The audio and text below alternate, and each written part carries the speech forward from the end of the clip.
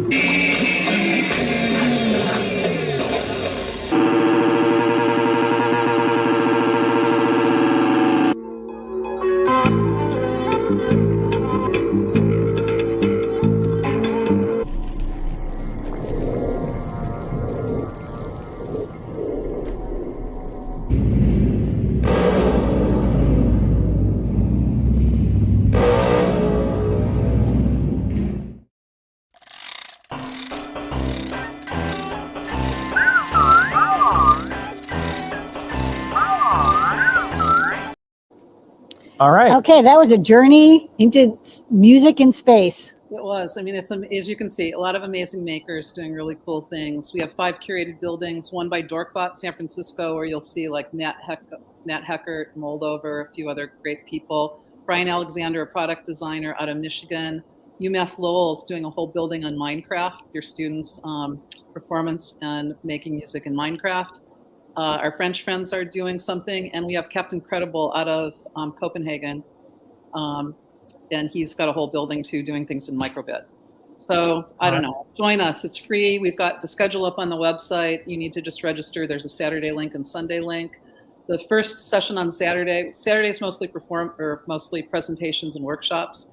The first one is by Brian Alexander, Workflows for Makers and Artists, how to help get you going on designing instruments. So anyway, it'll be a great weekend. And also just a shout out to our super maker, Loriano, who's down in Argentina, who's really pushing forward circuit bending and making around the world. So this is truly a global show, and thanks everyone, and thanks Adafruit for your support. Okay. And if folks can, I got to go on to the next person, but if folks can put in all the chats so they can check out.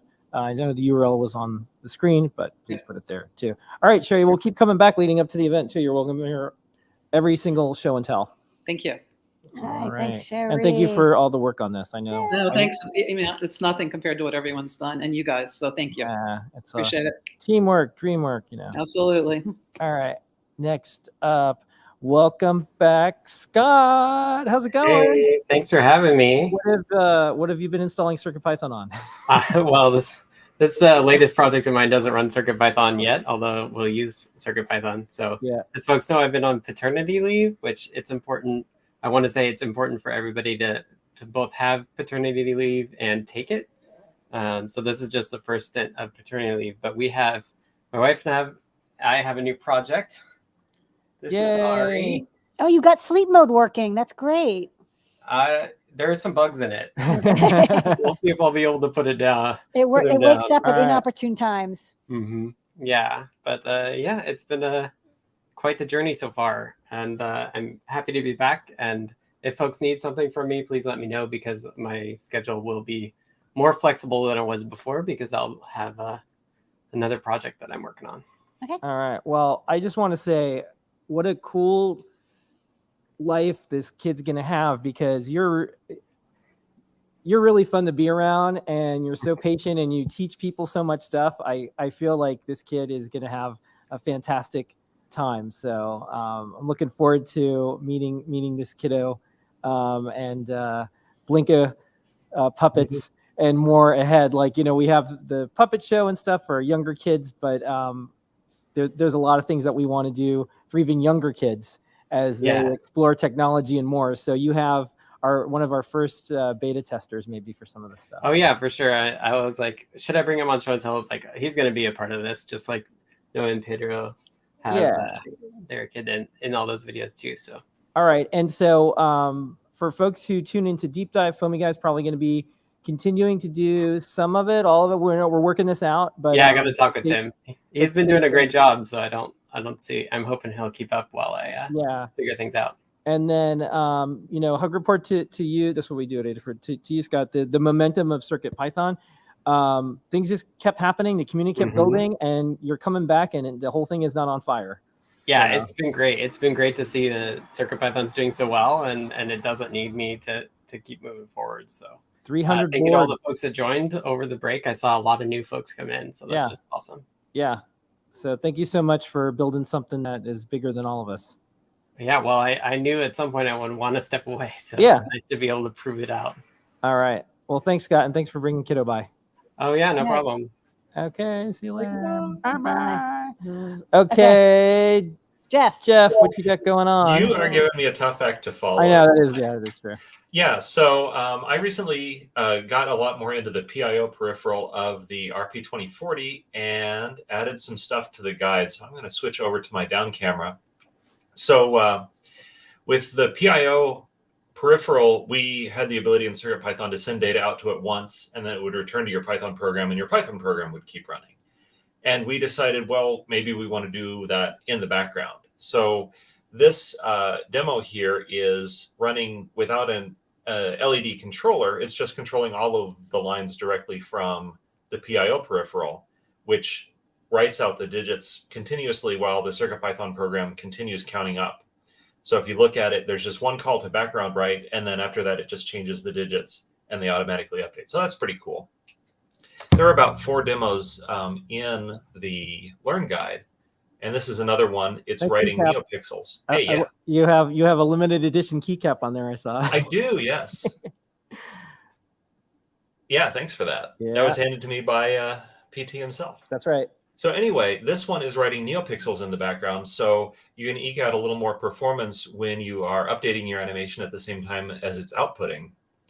And so just to demo, I'm not sure how my frame rate is on this camera, but as we get faster and faster, for me, it just turns to white or slightly purple because of the keycaps, because it can update so quickly. It actually updates faster than the NeoPixels do. So that's a little fun project. This one uses, no, I don't know if this one uses async IO. One of the demos uses async IO, which is cool. And then this one did not make the guide because I was just wiring it up today. Last one. I am controlling 128 LEDs and just updating them in software and CircuitPython with a new brightness level. And then the PIO peripheral is continuously updating the LEDs. And it's a really slick display, and it's pretty mesmerizing in person. So that's what I've been up to. Check out the guide. And, you know, for me, this really kind of opened my third eye of what PIO can do. Let me switch back to my camera for the last couple seconds. By the way, your overhead camera looks really good this week. I don't know if you've been doing anything different, but good work. Before we went on, I just pressed the autofocus lock or auto exposure lock button 92 times until it was right. That's what I do too. We have a toaster oven at home that has a button that just has a picture of a pizza on it. So sometimes the automatic settings just work. Yeah. Anyway, so I mean, this really kind of opened up my mind to more things that PIO can do, and I hope other people will check out the guide and, you know, find other cool stuff. Right on. So learn.adafruit.com, folks, you can check it out. Okay, thanks so much, Jeff. Thank you. Thank you. All right, Phil B, what you got going on this week? Oh my gosh, I'm up. Okay. Yep. Boy. Surprise. Shocking. Surprise. You're on video. Yeah, all these awesome maker things, and I just had like filthy old computers to show off. Like I want filthy old computers though. Yes, I am done collecting computers. Yeah, okay. I don't need to collect any more computers.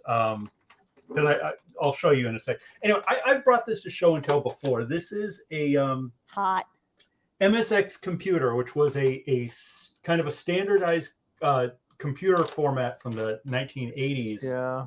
It didn't make inroads here. It was kind of a Europe and Japan thing. And they were all based on the same reference design. So they were all the same machine. And so every company, they kind of focused on their industrial design, the case and the keyboard, to kind of set them all apart. And I thought this one was pretty cool, just with this very angular keyboard. I love the space has the word space on it. Space, yes. And then like caps, and there's that line. It's kind of a nice graphic design on the keyboard. There's always something very visual going on with these machines. And I like this one. You know, this is cool, but honestly, it was a bit of a compromise. It wasn't really the machine I wanted, which is like extremely rare. You'll never find one, right? Except. Yeah. Oh, you found a red one. Yeah, I have a black one. Yeah, that's. Oh man, that HITBIT. The condition of that looks perfect. Wow, that's shiny. There's some little scuffs here and there, but it's in very nice shape. I can't tell from here. And the reason I wanted this one specifically, they made this in 3 colors: black, white, and red. But outside Japan, like all of Europe, you could only get the black model. Yeah. So this was exclusively Japanese. And interesting thing, this was kind of a trend in the mid 80s. JVC did it with their camcorders and a couple others. In Japanese design, there's like a primacy to the color red. Like it's not on the rainbow. It sits up there alongside black and white and red. Yeah. You know? And so, think about JVC had a lot of like red only TVs and stuff. We have one. Yeah. So you think about, Ultraman or the movie Akira, the poster with the red motorcycle. It's a very Japanese aesthetic. And I think like the rest of the world would look at it and think, oh, it's cute, like a ladybug or it's like a toy. But it was a very serious thing for its intended market. So that's why I was happy to find one of these that I could actually afford. Even has the original It's a Sony sticker on it too. Yeah, I'm glad it still has the sticker. This is great. That's nice. That was a happy find, and that was one of my holy grail computers to find. It fits in a shadow box. You can put it on the wall. We have we have a black one, and so I don't know. I guess that means there's a market share of these now out there. We have at least probably 10% of the ones that are in remaining circulation. It got me thinking. You know how there's these cultural artifacts that get pillaged? And like time goes by and people are like, hey, you know what? You really should return that. Yeah. It's cultural to them.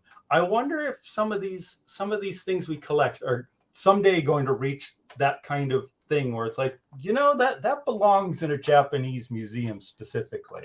I'm totally willing to work with any museum. Like I have like this Arduino museum of like all the Arduinos. I would love to work with a museum in Italy one day if they don't have them, to make sure that, there's a place where people could see all these things. Cause it's not like we're going to have one museum anytime soon here in New York City, but maybe. That's beautiful. Thanks for sharing it. All right. But I thought you would appreciate that. Yeah, it's beautiful. Because I think we both were seeking that item. Yeah. I mean, this is almost as cool as Scott.baby. I mean, like it's really up there. No. Alrighty. Anyway, take care. Thank you. All right. JP, what you got going on? That was gorgeous. I love that computer. Yeah. Speaking of computers, a lot of you know that people are trying to get their hands on these Raspberry Pi computers because they're hard to find. And what's been happening is we've been putting them out in batches, 50 or 100 when we get them, but they sell out really quickly. So a website called rpilocator.com uses a bunch of bots and things to figure out when different resellers have them in stock, and they automatically tweet. So working with Liz, I built this alarm that goes off the moment that tweet goes out. So this is a Feather TFT ESP32S2. It is on my Wi-Fi. It is checking the Twitter feed of rpilocator for the keywords in stock at Adafruit. And when that comes in stock, this thing goes off. So you can't ignore it. You'll see it. You'll hear it. You can come over. You can look on the screen. It'll tell you the timestamp for when those were in stock. And I think how many were released. Basically, it's the text of the tweet.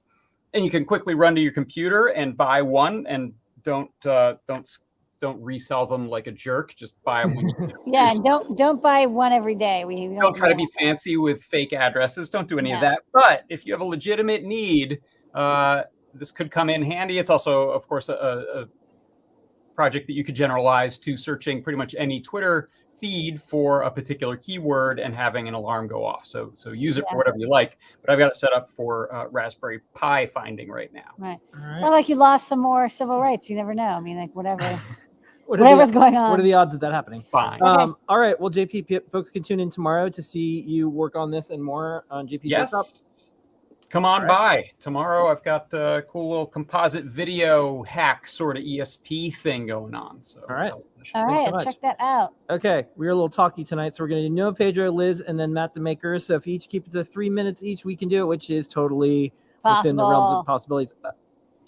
Oh, wow. First off, Scott, my heart, it's filling, and it's not ever going to stop filling. Your heart will never start filling. Oh, and I heard what Jeff said. Don't worry, the kid's going to be super fun. Like right now, so as I get out of this meeting, he's going to run over and be like, Daddy! And it's just like, too much. What is going on here? All right, anyway, no, show off your LED thing. Yeah, show off your LED project. No babies, don't show me any babies. It's a lightning bolt. Yeah. We 3D printed a few. We can bring our baby up and have him show it off. Fine. We have a dog too. We got some 3D printed signs using these neon NeoPixel strips. They're really fun and flexible. So we thought we'd make a nice, easy project where you just use the full meter-long strip and just press fit it into a little 3D printed sign. So we have a lightning bolt, a blinka, a rainbow, and a Kit Kat. So if folks want to find out how to make your own 3D printed sign with a nice neon-like NeoPixel strip, check out the Learn Guide. It's running off of the HITBIT RP2040, running CircuitPython with the LED animation library. Awesome. All right. And that's my pitch. Anything else before I continue on? Yeah. Do you want to show this one off, Pedro? That's all you. Oh. Okay. We got our Apple AirPod Max headphones, and we're 3D printing some of these kind of covers. So this is that flexible filament stuff. Nice. And it just press fits into it, so it's gonna protect the mesh. And we got some ideas, like maybe some Lego studs, some kitty ears, some horns, dragon horns. What actually might be really handy is you put the email or how to get in touch with the person who owns it in case you leave them somewhere, because it's like will be printed on the top. Yeah, well, they have the Find My QR code. Yeah. Oh, it has a Find My built in. Yeah, it has a Find My. So one of the things about this, you can use the little SIM card popper outer, and you can. There is some customization, but it's interesting. I think what we're doing now is what Apple is about to do. So all these different pieces can be customized, and just like Apple Watch bands and stuff like that. So I think we're ahead of it. So we have a lot of cool ideas that are super weird. And I've been experimenting around in New York where we're at. Everyone has headphones on, and I've been asked about where did you get those different ones from Apple? Because I have some weird things I've been doing. So this is going to be neat. I think folks are going to enjoy this. Yeah, we'll do some side ones too. The real estate on our heads is valuable. We should decorate it and do cool things and light it up and other stuff as well. Make a handle. Yeah. All sorts of stuff. Yeah. All right, cool. Thank you, Pedro. Thank you so much. All right, Liz, what you got going on? Hey, how's it going? This week I built a laser harp. Of course you did. Right. And so we were talking last night of adding some more features. So this is some new code that's not yet in the guide, where depending on the height, you got different instruments playing. Ooh, the cat's excited. Yeah, the lasers are not on because the cats go insane. I added a switch specifically for them. Cat mode. Yes, and then there's also pitch bend too, when you raise and lower your hand, so that's new as well. And I'll be doing a demo video for that and 1-minute video that'll be going around. So this is super cool. This is one of the Adafruit projects that we've wanted to do. It was always hard, always expensive, impossible to make, impossible to do a guide or something, but now it's all possible. So thanks for bringing this to life, Liz.